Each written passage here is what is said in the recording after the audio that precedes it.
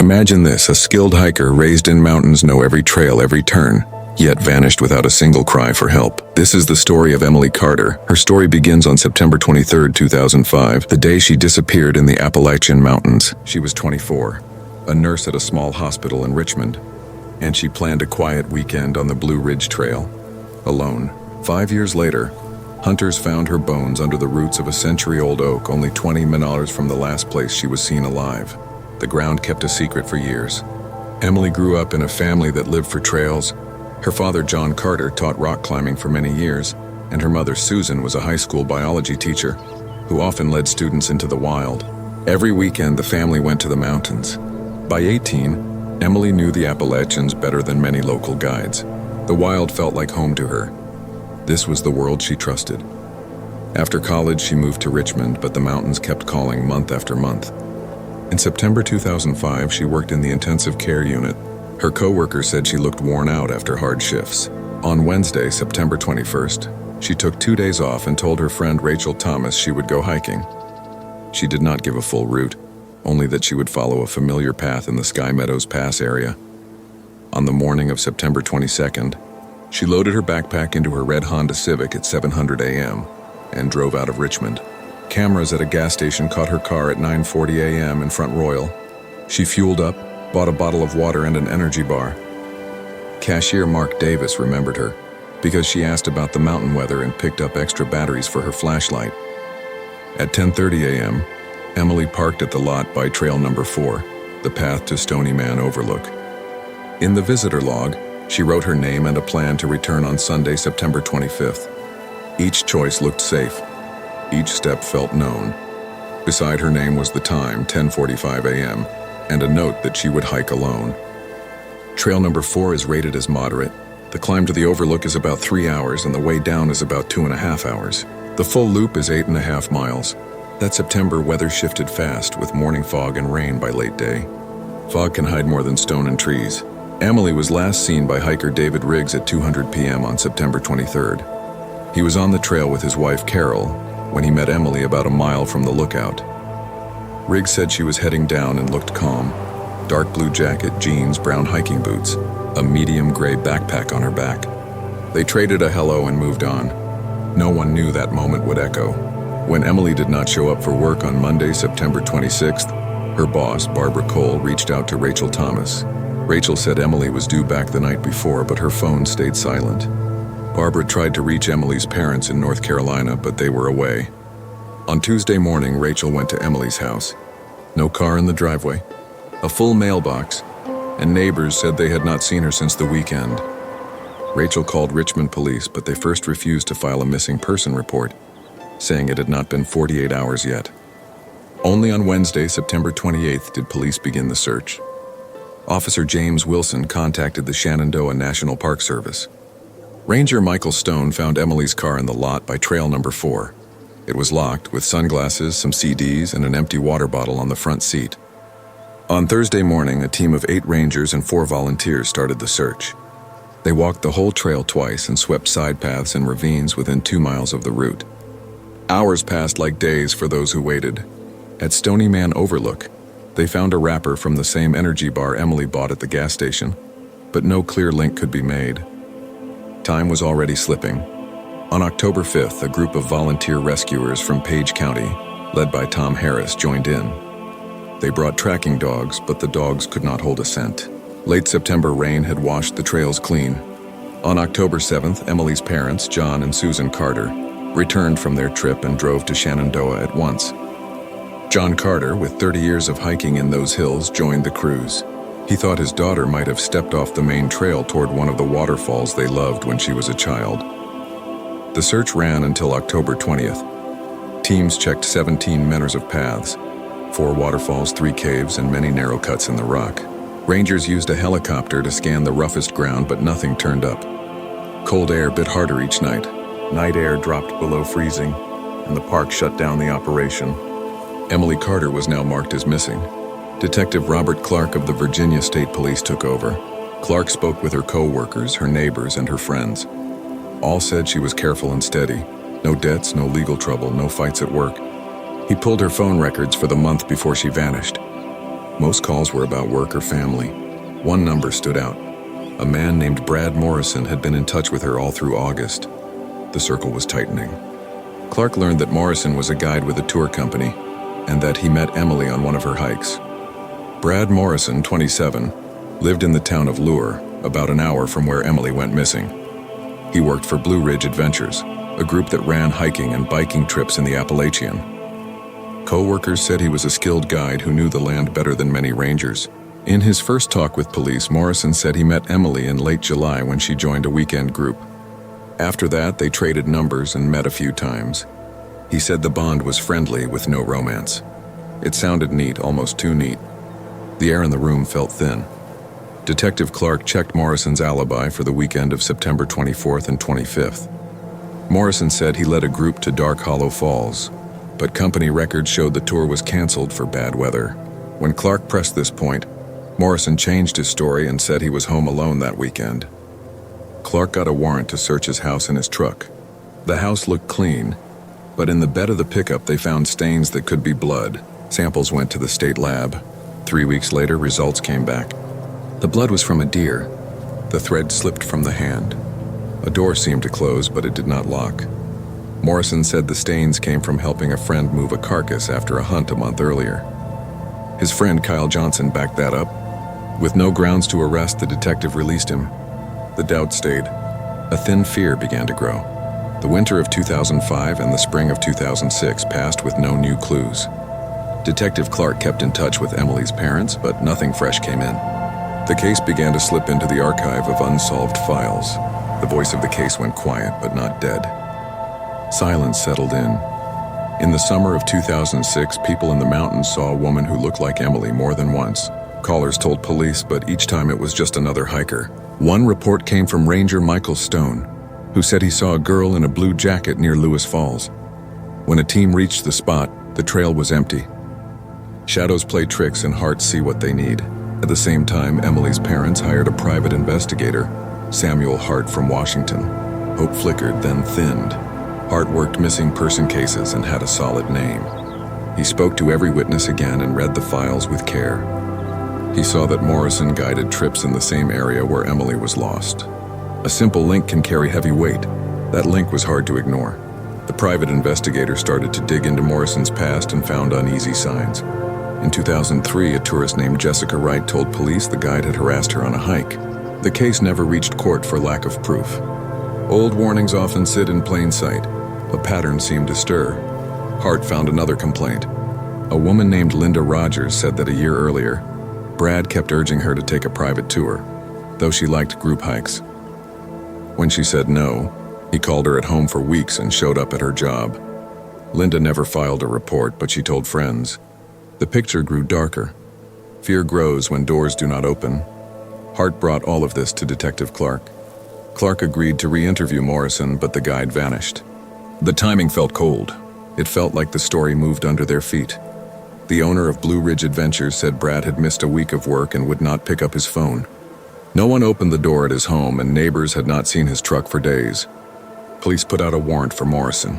3 days later, his pickup turned up in a mall lot on the edge of Roanoke, 100 miles from Lure. The truck was locked, the keys tucked under the driver mat. Brad's things were inside, his wallet with papers and cash still there. The search for Morrison ran for a month with no result. It looked like he stepped off the map. Detective Clark said the guide might have taken his own life, knowing arrest was near. The case bent toward a grim end. The Emily Carter case hit a wall again, but now police felt they knew the name of the killer. Certainty without proof can haunt you. It whispers at night when you try to sleep. Emily's parents did not accept the suicide idea. John Carter believed the guide was hiding and would surface one day. Susan pushed to keep searching for her daughter, hoping at least to find her body and lay her to rest. Their hope had sharp edges. Grief can be sharp and still keep moving. Hart kept working the case for 6 more months at his own cost. He searched many empty buildings within 50 miles of where Emily vanished. He walked places where light fades early. He would not let go. Dental records confirmed the dead were Emily. The match was clear. Her family was told at once, but they did not speak to the press. John and Susan wanted one thing, a burial for their child. At the site, experts worked with care. The way the bones lay told a hard truth. The body had been placed under the roots on purpose. This was not chance. Animals and time do not stack a person like that. Someone had used the old oak like a hidden grave. That thought changed the air. Fear moved in. Medical examiner Dorothy Lang looked over the bones and found a chill detail. Thin cuts marked some ribs in the skull, clean lines made by a sharp blade. Not the work of teeth. Not a fall. These cuts looked chosen and neat. Then came a worse sign. A thin metal wire lay among the wrist bones, coiled as if the hands had been tied behind the back. Lang said the body had likely been held like that for a long while. The jacket held a clue as well. Patches of plant glue, the kind used in traps, were on the fabric in lines and spots.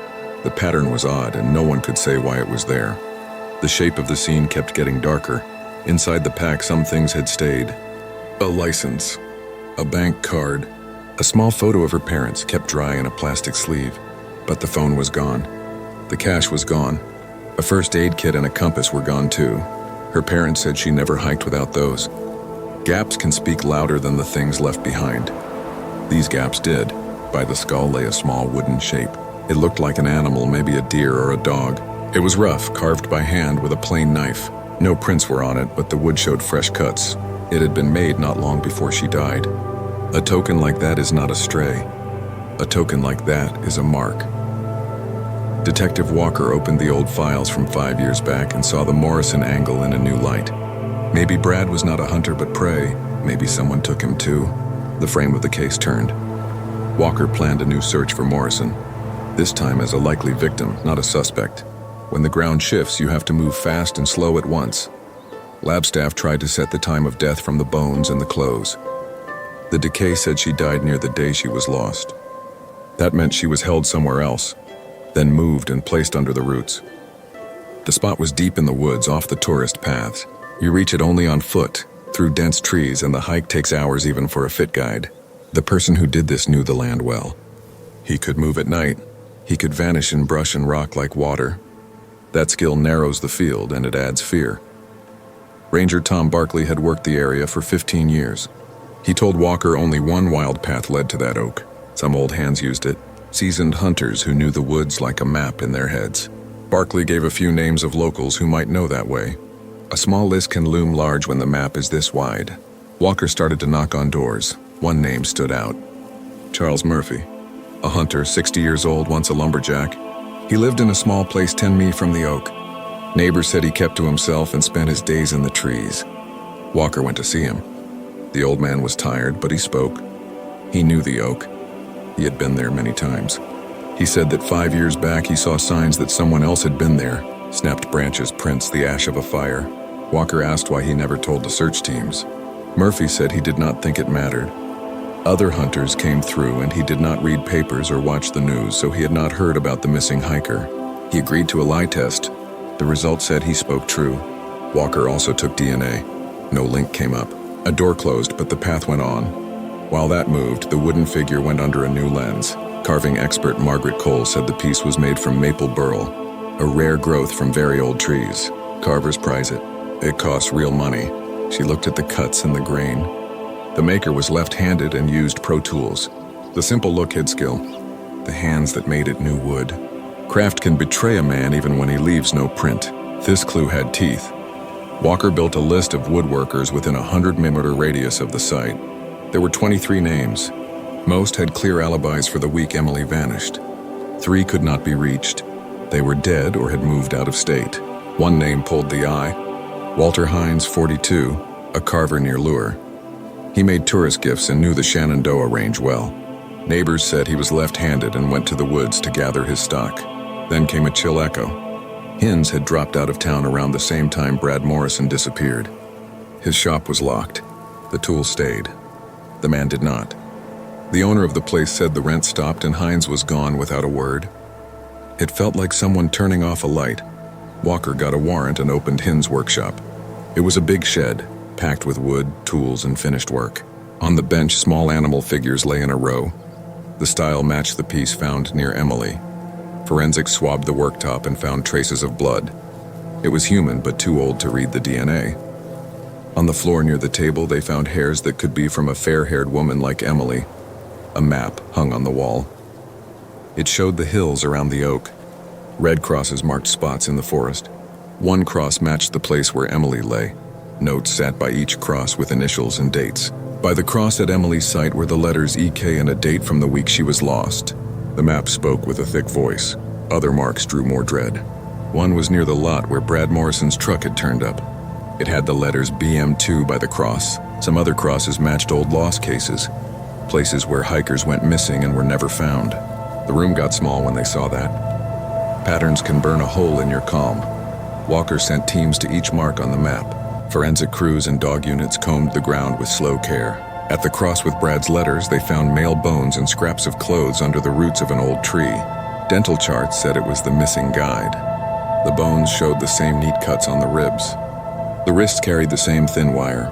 By the skull lay a new wood piece, the same hand, this time a small bear. Two more marks gave up human remains. One set was a middle-aged man with no papers and no clear name. The other set was a woman, likely the tourist who had vanished 3 years ago in the next county. 4 victims, 1 method, 1 maker. The shape of the truth was not a guess now. It was a line. Line gave a cause of death for all 4. Slow blood loss. Many shallow cuts on the arms and the legs made with a blade that held a sharp edge. The wire that bound their hands was plain steel snare wire, sold in hunting shops all over the state. No way to trace a roll to one man. The glue on the clothes was a trap glue made from sap of local trees. An old way, used by hunters and foresters who learned from older hands. Skill and patience live in those ways. So does a quiet kind of danger. The hunt for Hines went on for 6 months. Police checked other states. They spoke with kin and friends. No trace came. The man had left like smoke. Walker told the press he thought Hines might have taken his life when he saw the net close. In time, the case was closed. The files named Walter Hines as a serial killer. The 4 sets of remains were given to their families. Emily's parents could finally hold a funeral. The church was quiet. The ground was cold. The goodbye was heavy and kind. Even then, the case held holes. No one could say why he did it. He had not taken cash or cards. He had not done sex crimes. The minds who study such men said he liked the act of the kill itself. A ritual with wood and marks and control. A habit that needed no prize. A mask with no eyes. The thought makes the spine stiff. In town, the old trees that hold roots like rooms turned into dark signs. People kept away. Tourists gave those paths a wide berth. Hunters told new blood the story of the Carver killer. The tale dug in and would not leave. Emily Carter's name became a warning. Do not hike alone in wild places, even on trails you know. A safe path can hold sharp teeth. Beauty can be a trap if you are alone and far. The lesson is simple and hard. Dear listeners, this is where our story of the loss and strange death of Emily Carter must end. Let it remind you that harm can crouch in places that look bright and calm. Let it tell you that some truths sleep under roots and rock for years, and only wake when someone brave and patient pulls them into the light. He checked old mines, hunting cabins, and even dead cars left in the woods. Every effort fell flat. Silence can sound like a warning. The quiet closed in. 3 years went by. The Emily Carter case was marked cold. Detective Clark retired, and a young investigator, Daniel Walker, took his place and only gave the old files a formal look. Her parents began to accept the loss and stopped active searches. Brad Morrison never showed. He was listed as missing, but the active search ended after a year. His co-workers thought he had left the state and taken a false name far away. Time can smooth pain, but it does not erase fear. In the fall of 2010, exactly 5 years after Emily was last seen, something happened in the Shenandoah Mountains that stirred the case back to life. Sleep broke. Local hunters Rick and Dave Patterson were tracking a wounded deer when they strayed into a quiet slice of forest about 20 minutes from the trail where Emily was last seen. They followed a thin line of blood through the leaves. The woods were still. They did not know what waited under that hill. The deer slipped behind a huge oak that had stood for centuries. The tree rose on a low hill. Its roots spread out to make a kind of shelter the size of a small room. Rick Patterson leaned under those roots, hoping to spot the deer, and saw something else. Under the roots lay human bones, half hidden by dirt and leaves. Near the bones, the brothers saw torn clothing and a backpack. The jacket fabric had kept its color enough to show a dark blue shade. The air felt heavy, like the woods were holding breath. Rick at once recalled a story of a missing hiker in the local paper years earlier. The brothers did not touch a thing and called police right away. A team of forensic experts led by Detective Walker came to the site. They took photos of the remains in place, then lifted the bones with care and collected every item that might matter. The earth had given up its secret.